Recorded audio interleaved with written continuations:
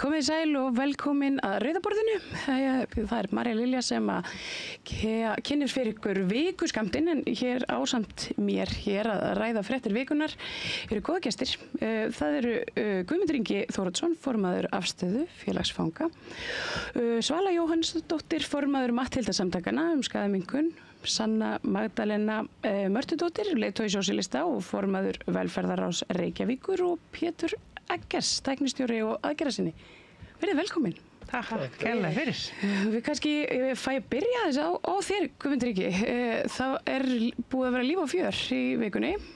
Afstaða héldi upp á stóramæli og með heljarinnar málþingi var virkilega glæsilegt. Ég fekk að stinga þannig aðeins inn nefið í gær. Ótrúlega gaman. 20 ára afmæli Afstöðu í gær og það mættu allir sem að skipta máli, nánast. Ekki þú, Sanna. Nei. En við vorum með ákveðin hóp sem við vildum fá hérna inn og við náðum að smala þeim öllum og það var tekið eftir því. Það voru útlendingar sem voru með okkur, erlendir sérfræðingar og þeir tóku eftir því líka. Meiri sé Leonard Pickard sem nú vanur að halda fyrirlestra allan heim og hann hugsaði þetta aðeins öðruvísi krát en ég vanur og ég vona að vera allt í lagi. Þetta tókst alveg ótrúlega vel. Þétta skrá undir öryggistjórn Helga Seljan og Aðalheiðar Ámundadóttur og allt bara náði að ganga upp. Mjög flott, mjög stoltur af þessum hópi og okkar sjálfboðaliðum og okkar fólki bara sem frelsissvipt og líka jafningjónum okkar og fagfólki og allir sem kom að þessu. Þetta gekk allt upp og þetta ákveðin viðurkenning fyrir okkur að samfélagið tók svona vel í þetta. Já, mér þótti áhugavert og mér þótti ofislega einhvern veginn svona gott að sjá einmitt fanga í afplónun á sviði að svona deila einhvers konar bara von út í kosmósinn og út í salinn og þetta sjónarhorn sem að færa þetta ekki oft. Nei, og við þurfum að gera meira þessu. Okkur vantar meiri tónlist, ekki geðlækna kannski, okkur vantar eitthvað að vera og fólk ná að nýta sína orku í eitthvað annað heldur en að hugsa glæpi og vímuefni, skilurðu. Við þurfum að virkja fólki og það það sem er svo flott. Ég var svo heppinn að fá að fara á æfingu hjá sem Virk og Listaháskólinn eru með núna, þeir eru með samfóníu og eru að blanda saman fólki sem í endurhæfingu og nemendum og að fara að halda tónleika núna á mánudaginn og við þurfum einhvern veginn að færa þetta verkefni eða svipað, skilur, inn í fangelsi til að með að koma og ég átti nú þátti því að stofna kór á Litlahrauni einhvern tíma 2003 eða 2004 og sá kór fekk að fara út fyrir múrana og spila fyrir fólk og þetta bara fekk fólk til að hugsa bara þetta og æfa texta og alls konar, skilur, eyða orkunni í eitthvað annað. Já, verður ekki alltaf að hugsa og þú nefndir auðvitað vímuefnin, það er svona þín deild. Ég er allir í vímuefnin, já, alveg bara. Já, það má segja það allavega. Það má segja það, já. Það er svo sem alltaf mikið að vera hjá ykkur í Matthildarsamtökunum líka. Þið eruð að leita fólki í stjórn, sá ég. Já, tókst þetta því, frábært. Jú, við erum að leita 3 aðilum í stjórn samtakana og við erum að leita sérstaklega af aðilum sem hafa reynslu og þekkingu á fjármálum og fjáröflun, sérstaklega. Við erum alltaf að leita af leiðum til þess að vera fjárhagslega sjálfstæð, þannig við séum ekki háð ríki og sveitarfélögum. Þetta er þannig málstæður að stundum vera vinsæll og stundum vera mjög óvinsæll og við þurfum að geta haldið okkar þjónustu gangandi óháð því hvaða pólitísku öfl við völd. Og við finnum það núna að með nýri ríkisstjórn þá hefur dregið úr í rauninni fjármagn til okkar. Þannig að við erum á þeim tíma í Matthildarsamtökunum að til þess að geta haldið úti allir einhvað þjónustu og öllu málsvarastarfi að þá þurfum við að vera fjárhagslega sjálfstæð. Þannig að ég bara kalla eftir fólki sem hefur einhverja reynslu og þekkingu á fjáröflunum eða koma með utanaðkomandi fjármagn í samtök að þá bara endilega setja sig í samband við okkur og þetta er bara virkilega skemmtilegt. Við erum bara á þeim stað að það er ósum mikið að gera í Matthildarsamtökunum bæði bara mikil aukning á símtölum frá aðstandendum og fólki sem að glíma við alls konar vanda, sem sagt vímuefnavanda, all land. Mikil aukning í því að bara í vímuefna vanda almennings svona, og eitthvað breytt mynstur, nú hef ég ekki skoðað það en einmitt, þú talar um réttu konuna. Já, ég er með réttu konuna.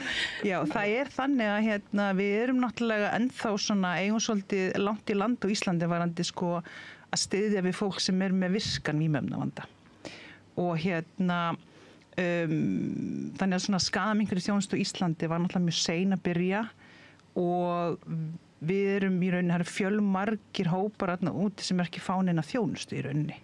Þannig að við erum svona svolítið að fylla upp í þetta gat og erum mikið að þjónusta fólk sem að bara glíma með þunga vímuefnavanda, að reykja Oxycontin, að reykja fentanyl, að reykja kókaín, methamfetamín, fólk jafnvel með mikinn áfengisvanda og diazepínvanda sem er að hringja.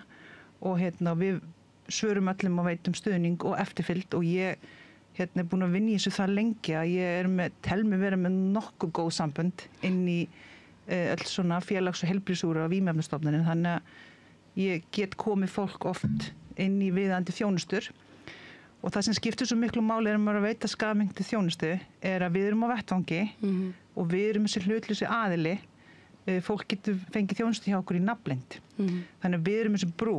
Við erum að koma fólki inn í viðeigandi stuðning og þjónustu og bara í dag til dæmis þá sendi ég 2 flýtiþjónustubeiðnir í ópíóíðalyfjameðferð fyrir 2 út af landi sem bara, vissi ekki hvað átt að gera og eru bara með mjög þungan Oxycontin vanda og eru að reykja og maður alltaf svo þakkláttur fyrir að fólk bara til í að hringja í mann. Og sem bara, ég sá okkur að frétt eða félaga minn sagði ég ætti að hringi, hver ertu?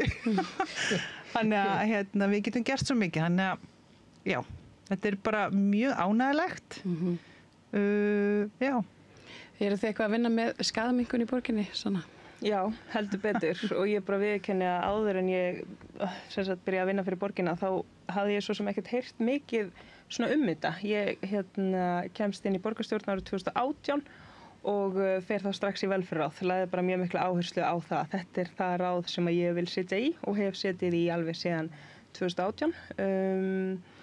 Og já, þá hefur við verið að fá einmitt kynningar og maður er alltaf að læra eitthvað nýtt sjálfur og maður er jafnvel að læra að þó maður haldi að maður sé kannski mjög vísítn og opinn að þá maður stundum sjálfur líka með fordóma og bara með í rauninni samfélagsgerðina og hugsunarháttin alveg líka inn í sér, þannig maður þarf líka stundum að viðurkenna það og vera bara eitthvað, já ok, áhugavert, ég var ekki búin að átta mig á þessu. Og ég man einmitt bara eftir öllum salernunum sem voru komin með þessi bláu ljós og öll sú umræða sem við höfum farið í gegn og einhvern veginn bara hvað það er ýmislegt sem hefur breyst. En maður einmitt svona hugsar líka bara hvernig lítur samfélag út sem er raunverulega fyrir okkur öll, ef maður hugsar svona einhver skref fram í framtíðina, einhver ár fram í framtíðina, hvert viljum við þá vera komin, Þannig að já, mér finnst þetta líka athyglisvert, hvaða hópar er gert kannski ráð fyrir í heilbrigðisþjónustu og hvaða hópa er ekki verið að gera ráð fyrir, hvaða hópa er kannski gert ráð fyrir að fái svona sérmeðferð eða sérþjónustu, er það eðlilegt eða væri eðlilegra að stefna að því að þetta væri gert ráð fyrir bara fjölbreyttum þörfum og fjölbreyttum þörfum mannfólks allt inn á sama staðnum. Ég er bara svona að hugsa upp átt. Þetta er alls konar spurningar sem maður hefur í þessu öllu saman. En ég vildi bara nýta tækifærið og mér er bara magna baráttu fólk sem situr við þetta borð og bara hrósa þeim fyrir sína baráttu. Já, þeir eru svona hvert úr sínu horninu einhvern veginn en tengist eiginlega allt. Þetta er allt svona mannréttindabaráttu. Við náttúrulega vinnum svolítið saman og við vinnum mjög mikið saman og stefnum á enn frekara samstarf og alls konar hátt. Og að vinna með Sönnu kannski.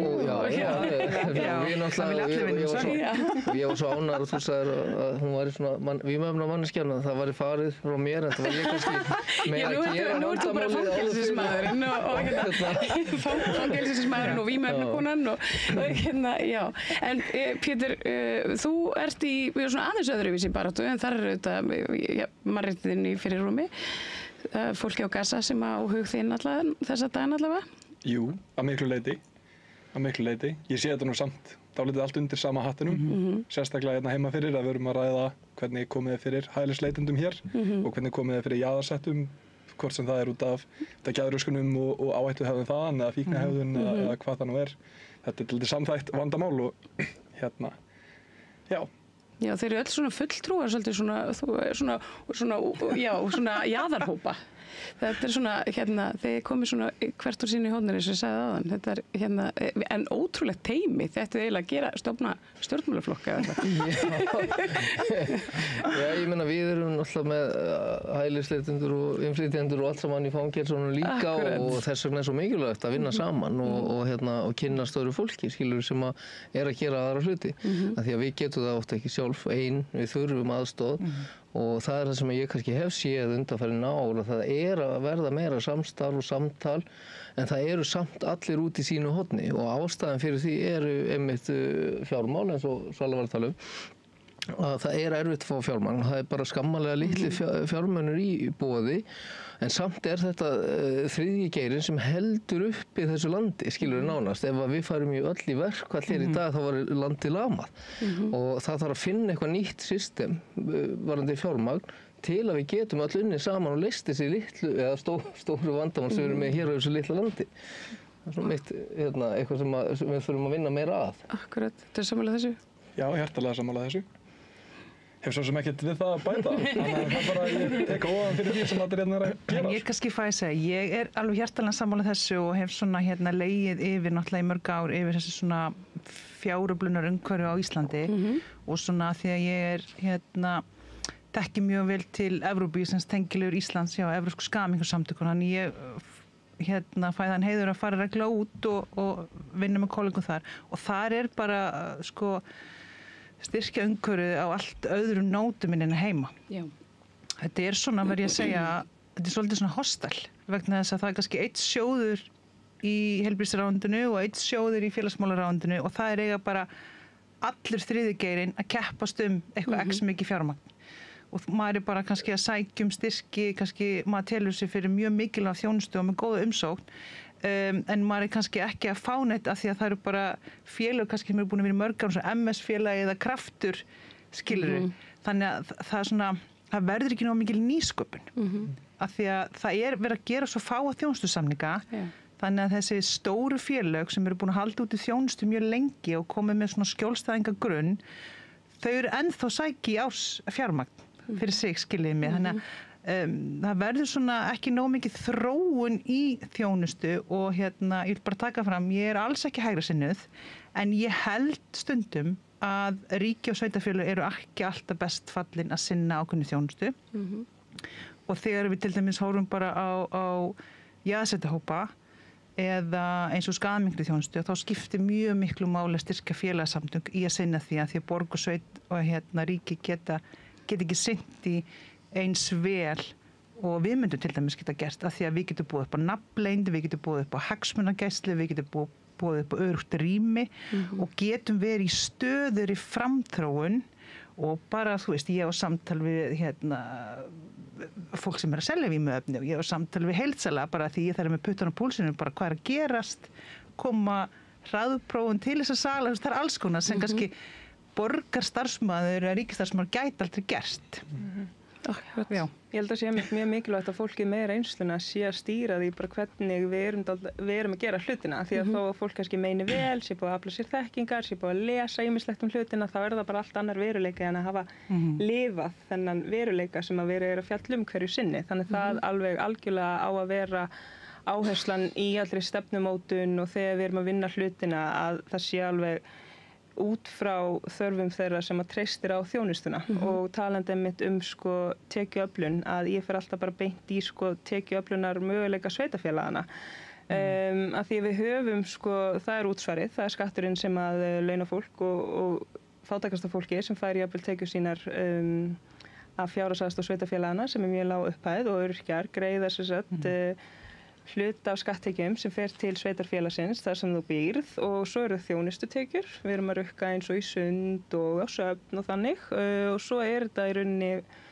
fasteignagjöld, fasteignaskattarnir og eitthvað úr jöfnunarsjóði sveitarfélaga. En það ekki beint einhverjum svona margar aðferðir sem sveitarfélag geta farið. Við getum til dæmis því miður ekki sagt, núna ætlum við að fara að leggja útsvar á eigendur sem að fá allar helstu tekjur sínar af fjármagni. Það eitthvað sem þarf að eiga sér staðinn á þingi og ég held að það mjög gott ef að þingin myndi ákveða að gera það, þannig að við getum fengið tekjur frá allra auðustu fólkinu sem ekkert að greiða til nærsamfélagsins þó að það sé að fá þjónustuna. Þannig mér finnst þetta líka bara svona áhugaverður vinkill, þú veist, hvernig svona samskiptum ríkis og sveitarfélaga háttað. Við sjáum það ýmislegt jákvætt búið að vera að eiga sér stað með nýjustu ríkisstjórn svona kostnaðarskiptingu, en svo þetta nennir almenningur ekkert að hlusta á það eitthvað að ríki og sveitarfélög sé að rífast sem að verður stundum dálítið umræðu efni hver að greiða fyrir hvað og hver að sinna hverju, af því þú veist, þetta náttúrulega bara hið opinbera sem að ber skylda að veita ákveðna þjónustu. Sko, viðskiptaráð, talandi um peninga og finna peninga, viðskiptaráð vil meina að ríki og sveitarfélög geti sparað stórfé með því að svona breyta aðeins umhverfi sínu og þau í tapi í rauninni stórfé á lötu starfsfólki og það var orðað þannig í einhverjum fjölmiðli, latir kosta mest eða eitthvað svona, kosta ríkið mest eða eitthvað. Ég man ekki las þetta fyrst þannig í vikunni. Þetta mjög umdeilt. Kynntu ykkur eitthvað þessa umræðu? Ég sá að það voru nú ykkur að gagnrýnisraddir mættar í morgun. Ég get alveg skilið sko að við vitum tilfelli þar sem einhver kannski hefur ekki verið að sinna sínu og þá getur stundum verið erfitt að hreyfa sig í þannig umhverfi. Þannig ég get alveg skilið sko fólk sem kannski að tala inn í þann veruleika, en við vitum að viðskiptaráð hefur eitt markmið og þeirra markmið mjög hægrisinað og þau einhvern veginn að sýna fram á hvaða allir þessi svona félagslega vernd sem við höfum unnið okkur upp sem samfélag sé bara of dýr og við bara hætta við hana. Þannig að þó ég geti skilið að sé verið að tala inn í ákveðið svona reynslu sumra af ýmsum málum sem þarf kannski að finna betri leið til að eiga við þegar að fólk ekki að sinna sínu í starfi, að þá hefur maður áhyggjur að því að þetta sé sett fram til þess að geta einhvern veginn svona hrætt almennt verkafólk sem hugsi það bara vá, ef þetta fer í gegn þá röðin næst komin að okkur, skilur, verður bara ekkert mál að reka okkur, þú veist, við erum auðvitað búin að byggja okkur upp alls konar réttindi sem hafa áunnist eins og með verkalýðsbaráttu, þannig að sé ekki bara hægt að reka fólk bara 1, 2 og 3, skilur, út af engu, þannig að maður hefur auðvitað áhyggjur af því ef að það myndi eiga sér stað og maður sér alveg að viðskiptaráð hefur aldrei verið að ráðast á svona mikilvæg samfélagslega verkefni, þú veist, eins og uppbygging óhagnaðardrifins húsnæðis, einhvern veginn að reyna að ramma það upp að sé í rauninni glæpsamlegt liggur við að sveitarfélög sé að setja fjármagn í það, þannig auðvitað þú skilur maður alveg að séu kannski einhver dæmi þar sem það þarf að gera hlutina betur, en á hinn veginn þá auðvitað heldur maður að þau sé að setja þetta fram til þess að geta síðan bara farið niður einhvern veginn í stigan og farið að reka bara fólki við einhverju stöðu mjög auðveldlega, það sé svona loka takmarkið, en mér fannst það mjög áhugavert líka bara framsetningin, þau töluðum sko í kynningu sinni svarta sauði og myndræn framsetning sem þetta af svona einhverjum kindum og eitt svartur sauður og það var í kynningarefninu, þannig að manni finnst það ekki svona beint, hvað segir maður, fagmannleg umfjöldun og framsetning. Akkurat. En kemur þetta ekki bara beint í kjölfara af umræðum erlendis eins og í Bandaríkjunum, þar sem satt á fætur sérstofnun til þess að skera fituna af öllum ríkisrekstri og við sjáum þar að því síðan bara fylgt eftir með skattaafslætti fyrir auðstéttina. Þannig auðvitað að optimæsa á strömlínulega rekstur, bara auðvitað, og það að fólk sem óábyrgt geti komist upp með að vera það án afleiðinga svo sem umdeilanlegt, en mér finnst ekki eitthvað að fara á milli mála hvert fólk stefnir með svona umræðu. Við erum alltaf 4 árum eftir Bandaríkjunum og Bandaríkin voru að byrja svona samtal fyrir 4 árum síðan og í dag þá hefur verið að skera niður rétt fólk til, þú veist, til heilsubóta. Já, bara alls einmitt. En þú samt, þú sást ljósapunkti í ykkur þannig. Sko, ég alveg sammála í maður tekur öllum með svona mikilli varúð sem kemur frá viðskiptaráði og ég held sko, ég hef oft stýrt úrræðum og verið með fjöldan allan að starfsfólki og líka sjálfboðaliðum. Og í þessum úrræðum og þá náttúrulega maður að stýra þjónustu og stuðningi við mjög viðkvæma hópa sem hafa ekki sama aðgengi að heilbrigðis- og félagsþjónustu og eru oft mjög háðir starfsfólki og í þannig stöðu vill maður náttúrulega vera með starfsfólk sem hefur einlægan áhuga á þörfum íbúa eða þjónustuþega. Og ég vil bara segja að það flóknasta við það að vera stjórnandi innan ríki og sveitarfélaga þessi gríðarlega vernd að það mjög erfitt að segja upp starfsfólki. Og ég hef bara því miður oft verið í basli með það. Eða starfsfólk sem hefur ekki sinnt starfið sínu vel, hefur ekki viljað taka þátt í breytingum, hefur jafnvel ekki komið fram vel við þjónustu þegar það bara ekki hægt að segja þeim upp. Vissulega fer ákveðna hlutir í gang og maður reynir, en þetta mjög erfitt. Og á sama tíma, og ég alls ekki að tala að við eigum að draga úr þessu uppsagna vernd, nema að á móti komi einhvers konar trygging fyrir borgaralaunum. Skilur, við getum aldrei, að því við búum í kapitalísku samfélagi og fólk þarf á fjármagni hver einustu mánaðamót bara til að lifa af sem manneskja, því miður. Og þess vegna og það hluti af vandanum, að fólk verður að vera í vinnu til þess að lifa af. Og í fullkomnum heimi, þá myndi ég vilja að við værum bara með ákveð útsvar fyrir borgaralaunum og þá væri ég til í að skoða þann möguleika að draga úr þessari vernd. Ég las nú ekki þessa yfirlýsingu en eftir að hafa verið miklum samskipti við bæði borgarstarfsmenn og ríkisstarfsmenn og að þá held ég sé alveg ljóst að þetta rétt á ákveðnu leyti. Við erum með fólk sem ekki starfið sínu vaxið en það geta verið margar ástæður fyrir því og þá þarf einhvern veginn að finna út úr því. En ég hefði viljað finna einhvers konar kerfi þannig að þetta sé, jafnvel að menn séu ráðnir bara í 3 ár eða eitthvað slíkt. Og það nú bara sama eins og með Lúla löggu Keflavík að menn fá einhverja stöðu til 5 ára og þeir ætlast bara til að eiga hana og það á ekkert að vera þannig. Menn eru ráðnir í ákveðnum tíma og það ekkert, menn ganga ekkert að því vísu, bara eiga þetta til lífstíðar Þannig að menn verða að standa sig og það þarf að ráða fólk inn hæfasta fólki hverju sinni.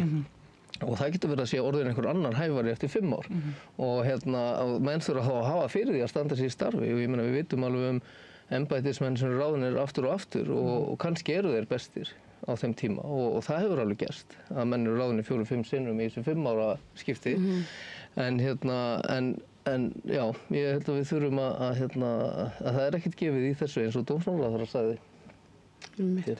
En ekki líka, þú veist, ef ásetningurinn með aðgerðum eins og þessum síðan niðurskurður eða takmarkaða réttindi starfsmanna að starfi sínu að ef ásetningurinn sá að spara peninga þá get ég ekki staðið með því það óhuggulegt að horfa svoleiðis á heilbrigðisinnviði og þú veist það sem verið að þjónusta viðkvæma hópa en ef ásetningurinn að auka vernd skjólstæðinga þá erum við aftur á móti komin á dálítið aðra línu og mér finnst svona, þú veist ég hef mikið fylgst með bara heilbrigðiskerfin í Bandaríkjunum sem nú einkareikið og þar eru rökin þau að þú straumlínulagar mun betur í einkareknu kerfi heldur en í ríkisreknu kerfi sem svo sem einhver sannleikur í en þú straumlínulagar að hagnaði og þá verða skjólstæðingar undir og það áhyggjuefni sem mér ofalega á huga þegar við erum að ræða þessi mál að það vissulega raunveruleiki sem þarf að ræða sem bara óskilvirk kerfi sem að þjónusta bara samfélagsþegna og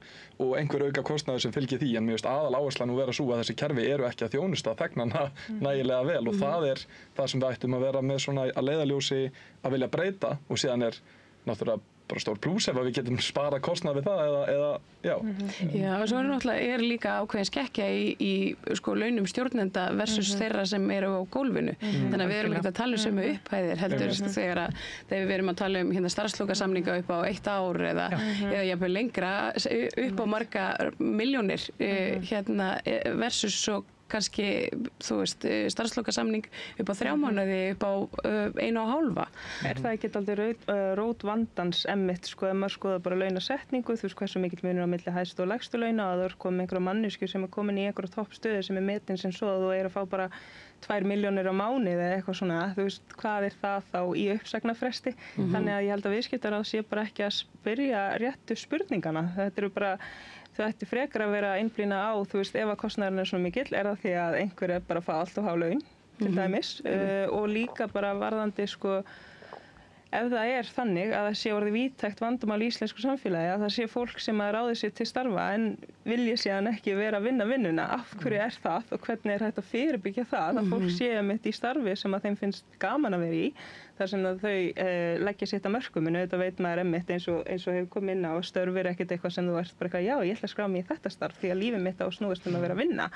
En það er kannski frekar einmitt rót vandans, bara af hverju erum við þá með fólk í einhverju störfum sem að þeim líkar greinilega alls ekkert við, þú veist, og hvernig getum við búið til samfélag þar sem að einmitt, þú kannski neyðist ekki til að taka þér eitthvað starf sem þú vilt ekki taka, en þú bara verður að því að það verður að borga reikningana. En líka mikið af þessum störfum, og nú tala ég nú aðalega, ég þekki innviði Bandaríkjanna kannski aðeins svo vel stundum, en mikið af þeim störfum sem eru að skapa svona ákveðna þyngd eða svona fjárhagsleg þyngsl í kerfinu er oft þjónusta við umsóknir eða þú veist, þetta er bara pushing papers eins og þú myndir segja, sem á pappír það bara auðvitað, bara mingu þetta að setja bara einhverja gervigreind sem að skannar umsóknina og sendi þér sjálfvert svar og allt verður miklu strömlínulagara, en aftur kemur það þá að skjólstæðingnum sem er að reyna að skilja kerfið sem hann er að eiga við, að hann hefur ekki... Og helvítis þjónustu bottarnir. Nei, já, ég meina það er bara rökrétt næsta skref í svona samræðum hjá stjórnvöldum er að fara að innleiða svona lausnir. Þú veist, ef þú ætlar að fara að skera niður, þá spyrðu þig, ok, hvar get ég skorið niður, hvar er óþarfa bjúrókrisía og ég fer að horfa á fólki sem er bara að taka á móti skjali og senda það yfir á næsta, já, get ég ekki gert þetta sjálfur, þú munt skera niður peninga svoleiðis, en það kostar eitthvað og það sem það kostar er náttúrulega bara tími skjólstæðingsins, skjólstæðingurinn er þá að lenda vegg ítrekkað, þurfa að fara á einhverja þjónustilínu sem er núna komið með 5-10 sinnum lengri biðlista. Og þetta er starfsmaðurinn sem verður atvinnulaus. Já, einmitt. Það er líka svo annar kostnaðarliður, sko. Já, ég meina þetta er kapitalistkerfi og við erum að ræða innan þeirra leikreglna einhverju leyti, þannig ég get ekki alveg farið í mótstöðu við það að það sé eitthvað gjörsamlega galið að einhver vilji strömlínulaga stjórnkerfið okkar, þú veist, ok, það er alveg samtal, en það verður þá að vera á kristaltæru að þetta snýst það að geta þjónusta samfélagið, því að það er í rauninni viðskiptavinnu kerfisins, ekki það að búa til einhverjar umframtekjur af okkar mikilvægustu innviðum, það er bara ekki alveg rétt áhersla af því að ég get ekki séð það sem svo. Hérna, að því þú nefnir Trump, fylgdustu með, það er eiginlega ekki hægt að vera í vikuskammti án þess að minnast á Trump, að því að það kemur eitthvað nýtt í eiginlega á hverjum degi og það er svona gott, ég veit ekki hvað ég kalla það. Allt í lagi, það heldist aðeins niður en við reddum því. Já, Trump, hann heldur því fram núna, hann ætli að fara að setja á 55% skatt á Evrópuríki. Þetta var nú bara eitthvað sem kom fram áðan, en svo ég veit ekki hvort þið fylgdist með þessu. Nei, ég var mjög upptekinn af þessu slysi. Þú varst mjög upptekinn að hella niður. En hann náttúrulega, sko, var þetta ekki búið, þetta samtal? Já, ég held það, sko, en já, hann var að koma með það. Hann vill leggja 50% skatt frá 1. júní. Það kom held ég bara áðan. Já. En ég veit ekki alveg, ég veit ekki til hvers að vera að svara honum, sko, eins og niður. Sko, ég held að það sé kannski það sem Evrópusambandið er að gera. Ég held að sé óánægð með það að þeir svarið sér ekki og vilja ekki ganga til samninga. En ég held að sé hins vegar besta múfið, sko, að gera það bara, svara þessu ekki. En það, sko, ég hlusta ekki á neina fréttir með Trump. Ég bara nenni því ekki. Maðurinn er þetta snarkjöðugur, má segja svo, en ég bara, já, ég hef ekki kynnt það. Heldur þetta sé bara svona taktíst, hann sé bara einhvern veginn, hann hendi út svona alls konar í kosmósinn og letur fjölmiðla grípa og svo er hann í einhverju svona baktjaldamakki á meðan allir eru upptegnir.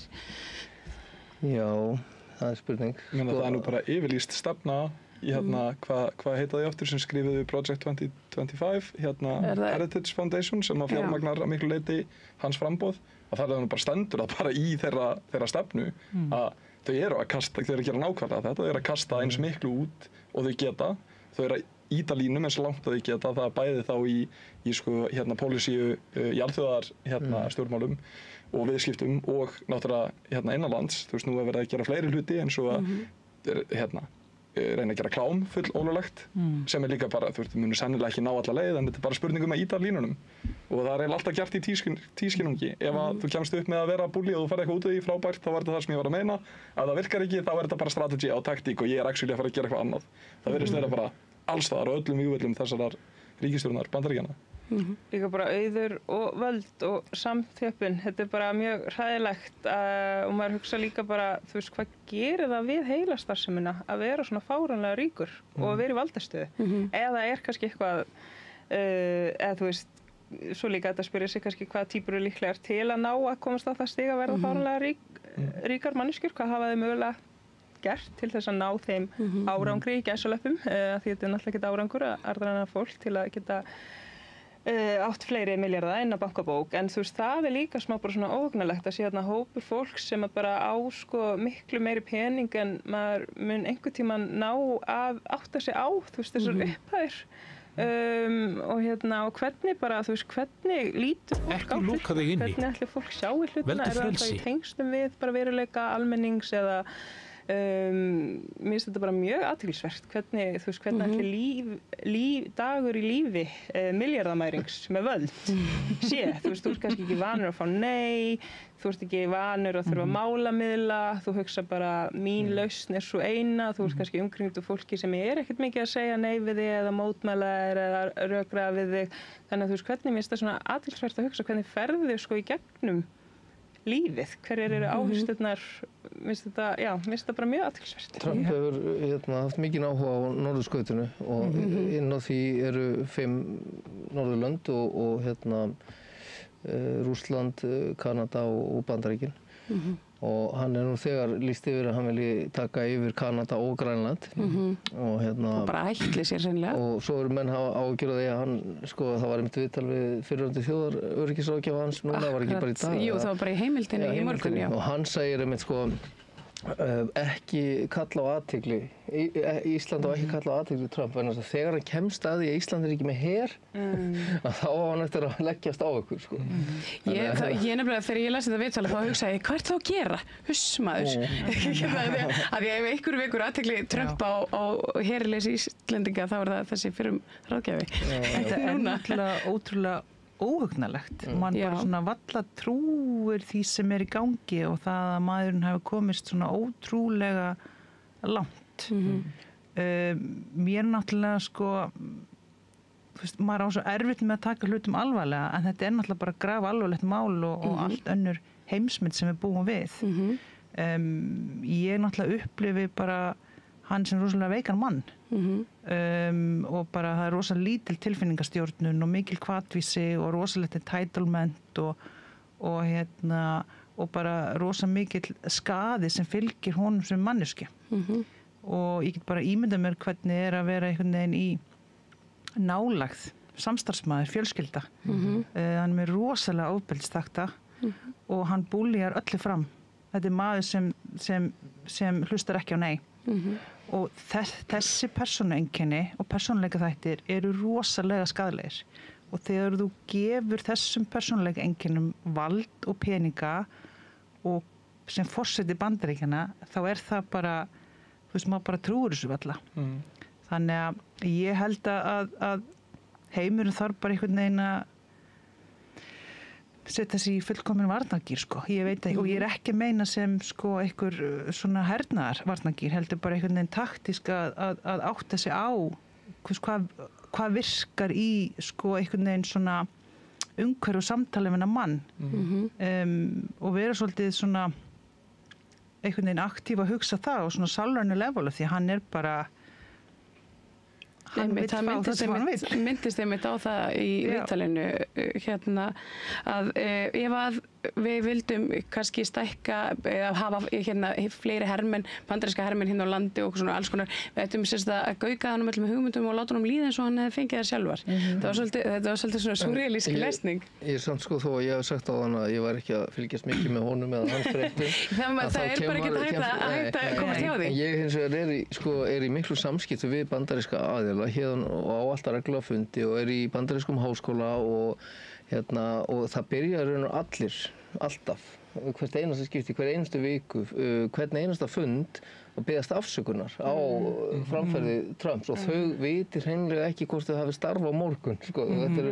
Þetta prófessor í skólum, sko, veistu og annað, þannig að þetta hrikalegst að fylgjast með þessu og maður finnur alveg hvað þetta hefur mikil áhrif á íbúa bandarískt fólk.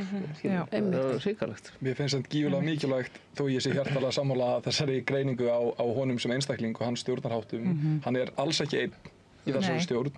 Þessi stjórn, hún komst til valda í gegnum gífurlega fjármögnun sem mjög margir hagsmunaaðilar standa að og ef þú rýnir í utanríkisstefnu Bandaríkjanna í dag þarftu ekki að fara mikið lengra en svona cirka bát 100-140 ár aftur í tíman og þá sérðu sömu skref með Grænland og útþenslu og yfirráð í Suður-Ameríku og síðan að stíga aftur inn til Afríku að þetta eru, þú veist, þessar aðgerðir sem verið að fara í núna þó það sé allar að gerast í skugga þessar svona svo kallaða post-truth ég veit ekki hvað maður að segja, leikrits sem að Donald Trump setur á fætur, þá er þetta mjög yfirvegaðar og úthugsaðar aðgerðir sem að verið að fara í, en þær gerast alltaf undir þessu kaosi og ég finnst að vera svo óhuguleg nálgun þar sem við erum að sjá bara þetta stærsta heimsveldi í dag, öflugasta herveldi heimsins sem er komið í útþenslu, bara í virka útþenslu aftur, þetta er eitthvað sem ég hef ekki séð, ég held að amma kannski sá þetta í seinni heimsstyrjöldinni eða eitthvað,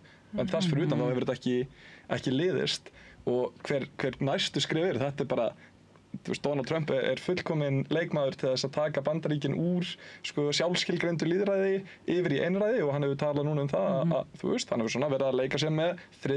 kjörtímabilið sem náttúrulega gengur gegn amerísku stjórnarskránni og hann hefur meira en að því, hann byrjaði að selja varning á heimasíðu sinni til einhver næsta kjörtímabili og síðan bara gaslýsir hann alla sem spurja út í þetta en þó að hann myndi deyja í dag þá er Bandaríkin ekkert að fara af þessari stefnu og þú veist aftur það ef maður skoðar hans samstarfsaðilar eins og Peter Thiel sem að er einn af PayPal-mafíunni og Elon Musk að þetta eru menn sem að þú veist koma að miklu leyti úr menningarheim Suður-Afríku sem er vestræn nýlanda og alltaf þetta eru mjög gamlar hugmyndir útþenslu vestursins sem eru þarna reknar í gegnum einhvers konar teknokrasíu Bandaríkjanna sem að raunverulega fer með auð og völd og stjórna þarna sem einhvers konar skuggastjórn og það er hægt að hvet fólk til að kynna sér svo í blaðri mikið gafirna, bara kynna sér Peter Thiel og Grænland og það eru hugmyndir og vangaveltur sem hann hefur talað í mörg ár að hann vilji setja einhvers konar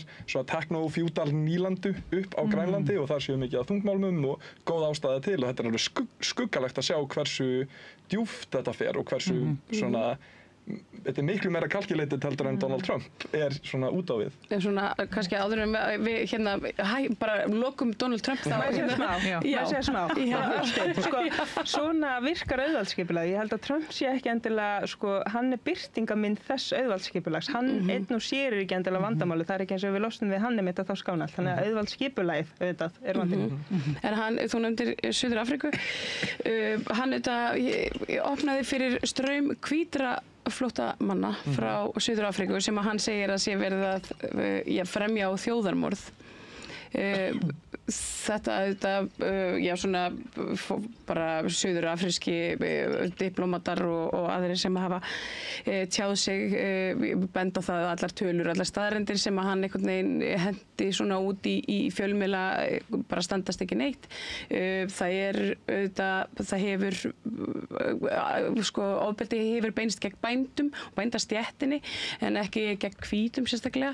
Það er auðvitað vandamál en þetta er svolítið áhugavert að hann skuli taka þennan pól og maður velti fyrir sér hvort það sé vegna kæru Suður-Afríku á Ísrael sem er sannarlega að fremja þjóðarmorð á palestínufólki eða hvort þetta hafi hvort það sé eitthvað annað þannig baki. Það er nú eitt sem ég hef ekki séð í fjölmiðlum hérna heima ennþá, það hlýtur nú að rata þangað fljótlega en daginn áður en að þetta umtalaða atvik í Hvítahúsinu átti sér stað þar sem þeir setja þarna fyrir forseta Suður-Afríku að þá gerist álítið óhugulegt á Twitter eða X og ég veit ekki hvort þið hafið heyrt af þessu en sem sagt Twitter er með sína eigin gervigreind sem heitir Grok og ef þú gerir @Grok á Twitter og þú ert að borga fyrir Twitter þá færðu svar frá gervigreindinni eins og ChatGPT nema þetta er Twitter gervigreindin.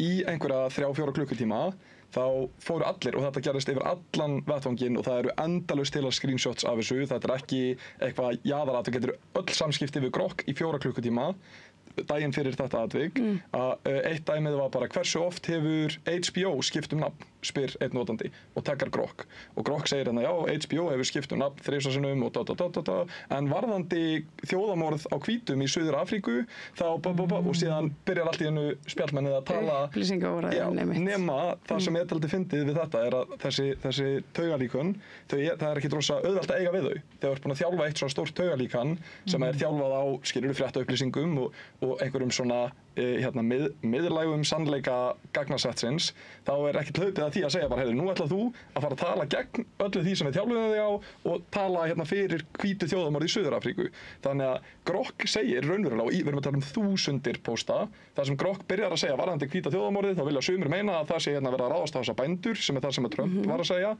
en ég fékk ummæli að tala þetta og ég get ekki farið gegn mínum eigin gildum og ég get ekki sagt að þetta standist og þá kemur það á daginn að þarna er búið að vera að eiga við í rauninni sem sagt þegar þú sendir svona skilaboð á þessi spjallmenni þá er bara hægt að setja einfallega bara þú sendir skilaboðin og það sem þú sérði ekki það kemur bara klaus á eftir sem er bara þegar þú svarar þessum skilaboðum svaraðu þeim þá svona og svona og svona og svoleiðis er reynt að stýra spjallmenninu og það tókst ekki í þetta sinn en þetta er augljóslega bara byrjunin á mjög óhuggulegum raunveruleika sem býður okkar því að þarna eru valdamestu menn í heiminum sem eru núna raunverulega starfandi með stjórn forseta Bandaríkjanna að taka gervigreind sem við vitum að byrjuð að taka yfir Google fólk er farið að nota gervigreind meira en það farið að nota Google til að finna heimildir og það er bara raunverulega að setja inn bara jafn lútikris hluti og þessa.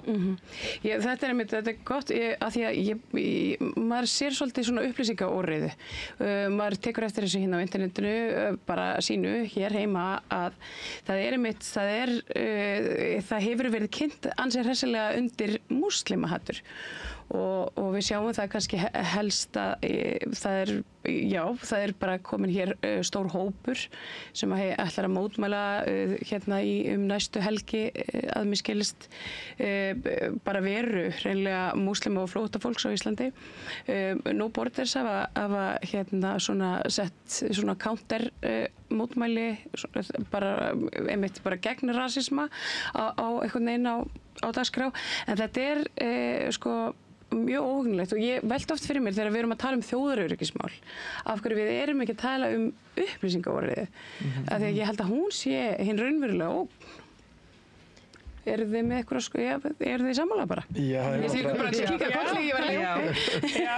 Jú, og líka bara þegar það verið að halda fram alls konar svona staðreyndum og það er tengt við þjóðerni og maður er bara eitthvað að byrja hvaðan færi þetta bara jú, svona er þetta, það eru bara allir sem hafa sér svona, jú, það er kannski einn sem er allt í lagi svona einn og einn, ég þekkti nú einn góðan og hann er allt í lagi, en allir hinir ég þekkti nú einn góðan en já, alltaf bara taka yfir og mann finnst einmitt því að þú talar þessi þennan viðburð sem á að vera og ég man ekki alveg en ég hef séð viðburðarlýsinguna og það er eitthvað á þann veg að það talaði nú verðum við Íslendingar að fara að láta í okkur heyra og ég staldra alltaf við sem brúnn Íslendingur, þá staldra ég oft við og er bara eitthvað hver er Íslendingur hér, hver fær að vera Íslendingur, hvenær ertu orðin Íslendingur, hver er skilgreiningin á því að vera Íslendingur og líka bara þessi upplýsingaóreiða sem er að ýta undir það bara stanslaust fjölmiðlar stjórnmálafólk, netið og það er einhvern veginn verið að ýta undir að ef að manneskja gerir slæman hlut og manneskjan er ekki hvít að þá hafi manneskjan gert slæma hlutin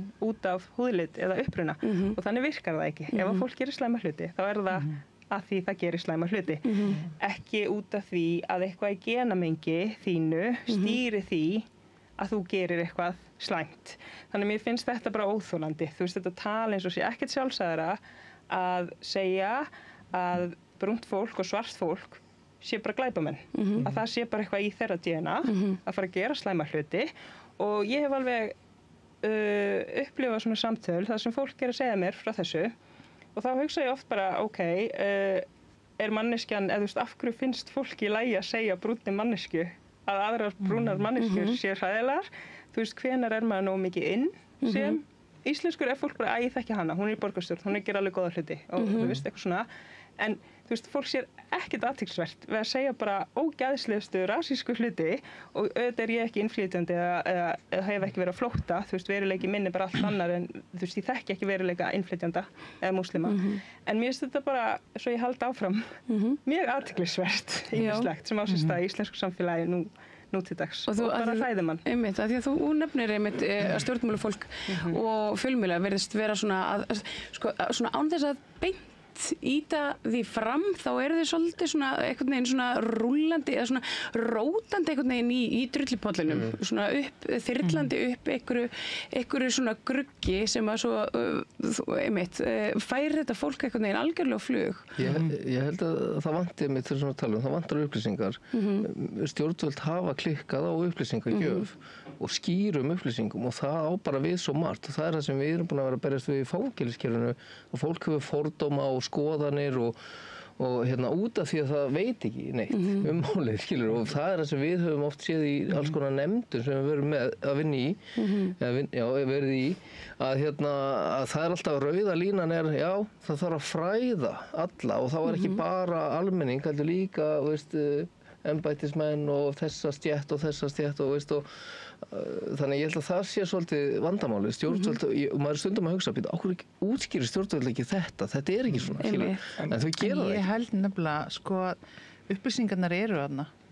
Sérstaklega kemur þessu málum svo til ræði núna er að en fólk velur svolítið hvað það vill heyra og hvað það vill taka mark á.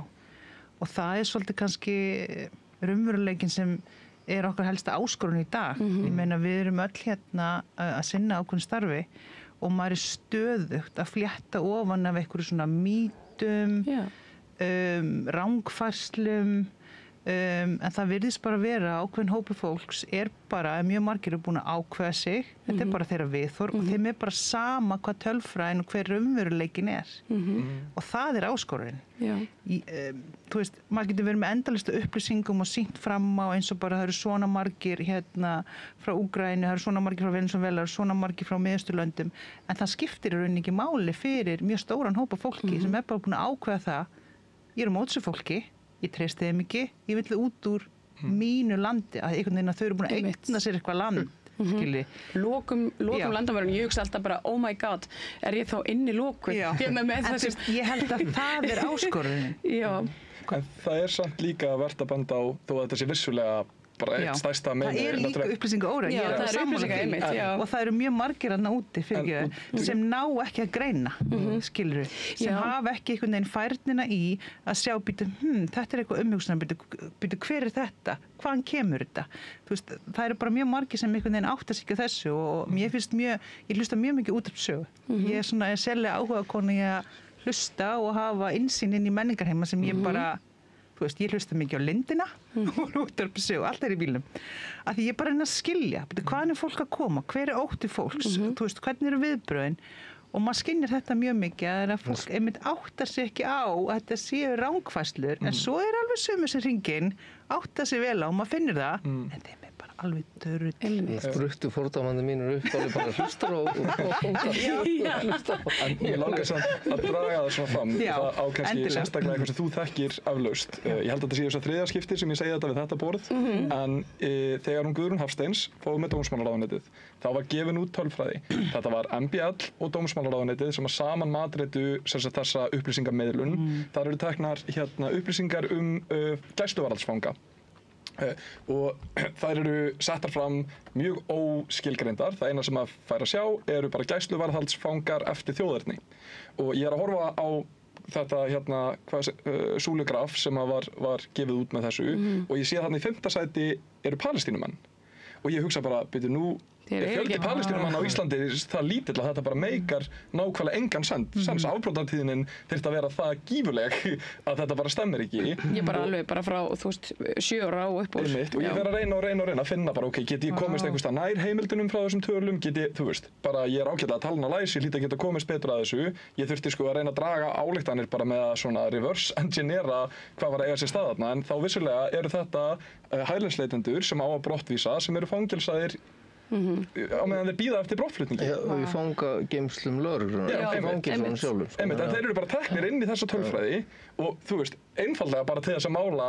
Og þetta var sett fram eins og þannig að við værum með, og það er þetta sem ég er að tala um með upplýsingaorðinu og mér finnst gott þú nefndir einmitt að stjórnvöld, hvar eru þú veist ráðherrar sem að bera mikla ábyrgð á samfélaginu sem þau stýra, hvar er þetta fólk að segja bara, heyrðu, stopp nú, svona eru hlutinir, þetta er vitleysa, hér er rétt og svona ætlum við að lesa rétt úr tölfræði og gera nú og við ætlum að þú veist, maður hefur einhvern veginn, það fer ekki mikið fyrir þessu. Og hægt að glæpa væða flóttafólk. Það er ekki glæpur að flýja hörmulegar aðstæður, það er ekki glæpur að flýja þjóðamorð, það er ekki glæpur að flýja. Þú veist, það gerist, þá erst ekki glæpamaður. Það er ekki ólöglegt að vera manneskja sem að þarf að fara úr sínu heimalandi og leita öryggis. Ég er sammálaði sko með hvar eru ráðherrarnir sko að ræða þessi mál og ég bjó erlendis áður í var tíma í Danmörku, svolítið tíma og þá sá maður ráðherra þessara málaflokka koma og útskýra fyrir fólki og það er það sem að eins og til þess bara í Noregi ég tek bara þau mál sem að snerta mig sko eins og fangelsmálin að það var alltaf verið að koma og útskýra og hefur talað við Norðmann og spyr bara fangelskerfið, þá vita allir Norðmenn, já við erum með svona kerfi að því að við viljum betri nágranna, skilur það segir allir sömu setninguna að því að það er búið að segja þeim frá þessu, hér höfum við aldrei gert það, þess að okkur hefur bara mistekist eða bara ekki gert neitt í þessum málum og við þurfum að gera miklu meira þessu og ráðherrar þurfa að vera ekki bara óhræddir við að segja hlutina eins og þeir eru sko. Hérna eru við alltaf hrædd allt skilur að segja Það ætti ekki vera flókið að uppfræða svona lítið samfélag en svo þetta bara pólitísk kjörnir fulltrúar sem líka bara hagraða raunveruleikanum út frá sínu viðhorfi og það er það sem er alltaf áutan í öllu að þú veist ég ætla ekki að vera með vantraust en maður þarf svolítið að geta lesi í það sem pólitíkus er að segja að því að sumt er bara ég hef bara svo oft setið svo í velferðarnefnd og maður er að koma að tala afnám refsinga á vörsluskömmtum eða uppsetningu á neyslurými að breyta á fíkniefnalöggjöf og maður situr þarna og maður er svona bara þú veist ekkert í alvörunni, bara ekkert og það kannski bara maður er kannski búin að fara þrisvar út af sama málinu og það situr fólk þarna og það er bara uppfullt af rangfærslum, mýtum og fordómum og maður er bara, þú ert að taka bara mjög miklar ákvarðanir sem hefur bein áhrif á líf fólks með vímuefnavanda á Íslandi og þér finnst í alvörunni allir vera glæpamenn ef við gerum það ekki að glæpamenni að þá munir bara allt flæða í einhverjum efnum og allir munir bara deyja og skilur þetta og maður er bara hvar á ég að byrja? Einmitt. Já, það er einmitt alltaf þetta að allir séu svo ofboðslega móttækilegir fyrir því að verða ofboðslega miklir fíklar. Það sem að er náttúrulega bara ekki rétt. Fólk kemur úr misjöfnum félagslegum aðstæðum og það eru ýmsir bara ólíkir þættir sem að spila inn í hvers vegna fólk ánýtist ákveðnum hlutum. En staðreyndamála ráðuneytið, er það eitthvað? Ég held bara ábyrgð fjölmiðla sé líka mikil. Og svo ég nefni bara dæmi Reykjavíkurborg fjárfestingaáætlun. Þú veist, það kom eitthvað frétt að við værum að fara að setja minna fjármagn til íþróttafélags og ætluðum í staðinn að fjárfesta í Selalaug og þetta var einhvern veginn sett fram sem bara eitthvað svona, þú veist, hræðilegin í meirihlutin. Og það fylgir alveg með í gögnum og þetta bara eru við öll menn stundu kannski bara er maður að setja eitthvað fram og þú veist, framsetningi gæti verið skýrari og þú veist, þannig er lífið bara. En í rauninni, þú veist, virkar það þannig að það kannski borgin búin að ákveða að setja eitthvað pening í eitthvað og svo kannski er ekki hægt að byrja með verkefnið, það frestast út af einhverjum ófyrirséðum aðstæðum eða það fer hægar af stað en gert var ráð fyrir. Þannig þá setur maður ekki peningin í það akkurat á þessum tímapunkti og er að færa svona milli í rauninni fjárheimildir eins og það er kallað. Þannig að þú veist, auðvitað ef þú sér bara eitthvað svona, á nota minni pening í þetta, meiri pening í þetta, þá þetta dregur ályktun út frá því. En þú veist, þetta er ekki alveg svona einfalt, þú veist, það þarf aðeins að bakka nokkur skref og ég myndi segja alveg ábyrgð fjölmiðla sé líka mikil í að útskýra og setja fram nákvæmlega, þú veist, hvað er að eiga sér stað innan stjórnsýslunnar og þetta líka bara við kjörnum fulltrúar byrjum líka ábyrgð á framsetningu.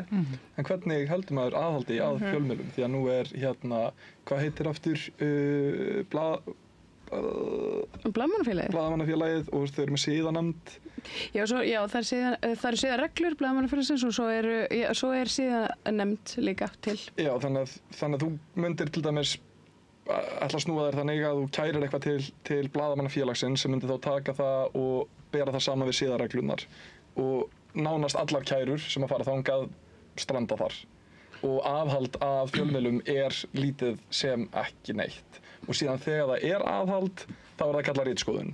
Þannig hvernig gerir maður? Ég held að það sé bara mjög mikilvægt að til dæmis eins og bara RÚV og ríkisfjölmiðlinn, að ríkisfjölmiðlinn ætti þetta að vera það sem að veitir hver mest aðhald og einmitt alltaf og leggur bara fram staðreyndir og passar upp á að allar upplýsingar séu réttar. Ég veit að þessi frétt sem að þú vísar í, Sanna, hún kom á RÚV og það var einmitt vakti fyrir mína hvernig var gengið strax á KR-inga fyrirallanum borgarinum þú veist, hér stöndum við ekki á skurði og hann hálfkláraður og en þau ætla að setja peningin í ykkur á laug og maðurinn auðvitað bara guð mig góður í allt það og fyrir vikið og fyrir fólk með fólk líka og við fjölmiðlafólk, við áttum okkur að því að almenningur, hann les oft bara fyrirsagnir og fyrirsagnir þær grípa augað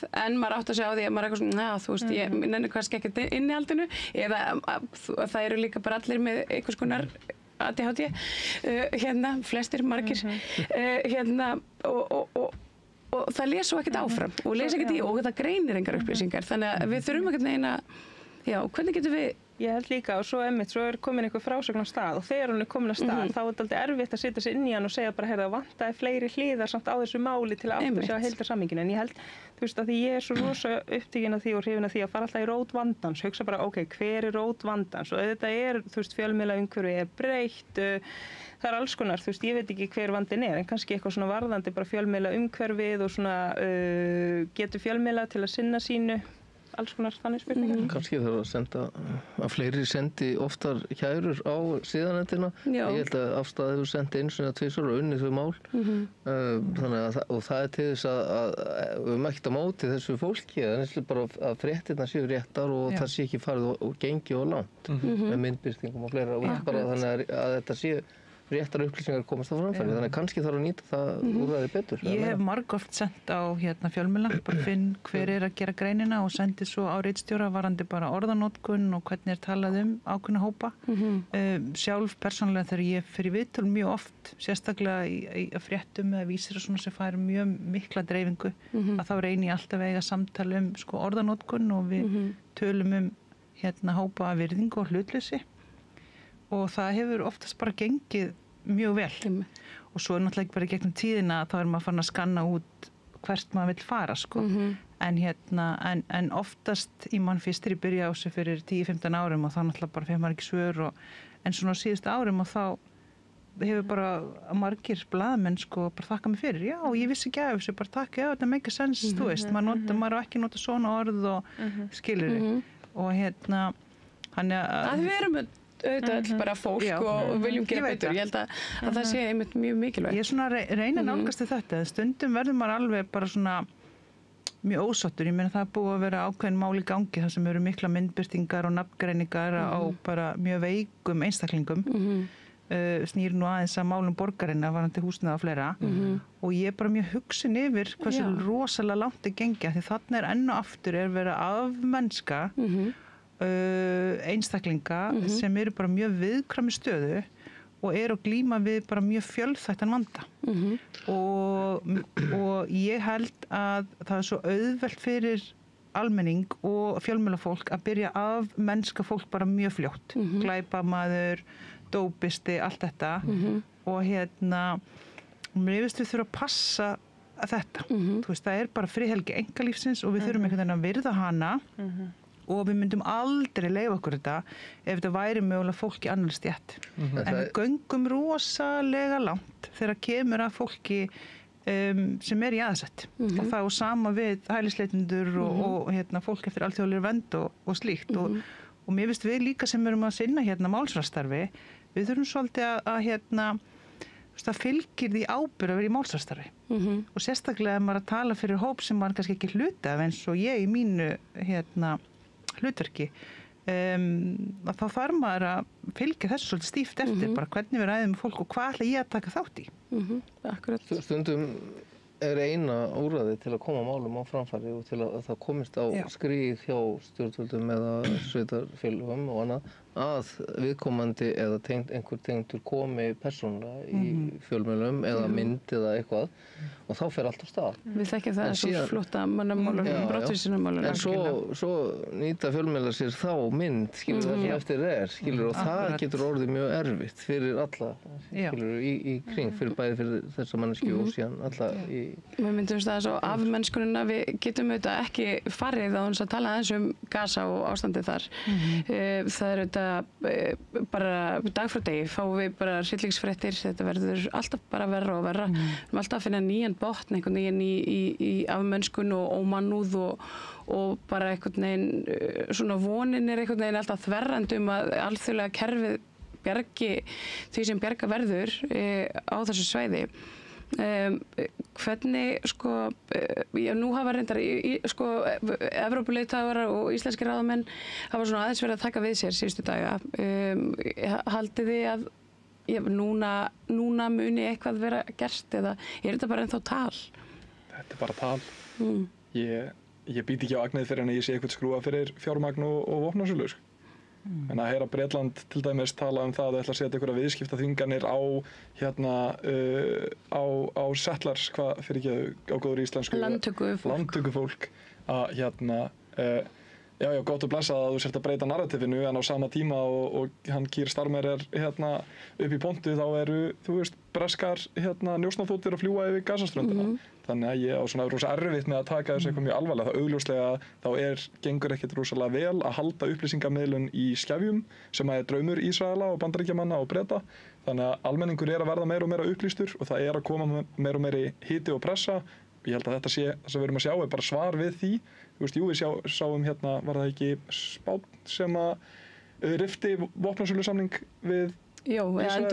Endurnýjaði ekki. Já, endurnýjaði ekki, sem er það stærsta sem ég hef séð í þessum málum, en segi bara það sama erlendarstjórnir og íslenskar að það þýðir ekkert að fara upp í pontu og segja ég mana þig Netanyahu til að hætta að drepa börn, því að Netanyahu segir bara af hverju þú að vinna fyrir Hamas og heldur síðan bara áfram og þú fer síðan bara með dyðastgreitinguna inn í næsta viðtal og segist vera með þessu öll í liði. Ég meina það er bara komin tími til að beita raunverulegum aðgerðum, bara viðskiptaþvinganir, styðja við kæru Suður Afríku og ef það er ekki það sem er að gerast þá er ekki mikið að gerast. Já, verður þið sammála þessu? Já, algjörlega. Ég svo sem, þetta eru þetta hræðilegir atburðir sem er að gerast og man nú ekki hvað Þorgerður Katrín gaf út, hún utanríkisráðherra. En mér hefur litist vel á orðaræðuna sem er að koma frá ríkisstjórninni, en auðvitað þarf að ganga lengra og ég myndi vilja ganga lengra. En það sem er líka, ef við tökum, þegar við erum að tala um Evrópu líka og það var nú bara var ekki síðust helgi þegar Eurovision var, að nú eru fjölmörg Evrópuríki að byrja rannsókn á talningu atkvæða. Þannig að það er alveg klárt að hernaður Ísraela er ekki bara þarna á Gaza, þeir eru líka á internetinu. Það sviði menning á lista og upplýsingaóreiðan þetta kemur miklu leyti þaðan. En ég er alltaf bara að fá að vera svartsýnn og ekki að vera Pollyanna, því að þó þetta sé á meiri skala núna og það er ótrúlegt að sjá þú veist, alþjóðleg áköll eftir rannsókn á til dæmis framferði Ísraela í Eurovision, en við munum öll eftir honum Basar, heitir hann það ekki, sem að keppti heima innanlands og það eru bara áræðanlegar vísbendingar það að það hafi verið átt við kosningar innanlands á Íslandi. Útvarpsstjóri kallaði eftir rannsókn þar og ætlaði að tilkynna niðurstöður þess. Það kom aldrei neinn tilkynning eftir það, þannig að við höfum alveg séð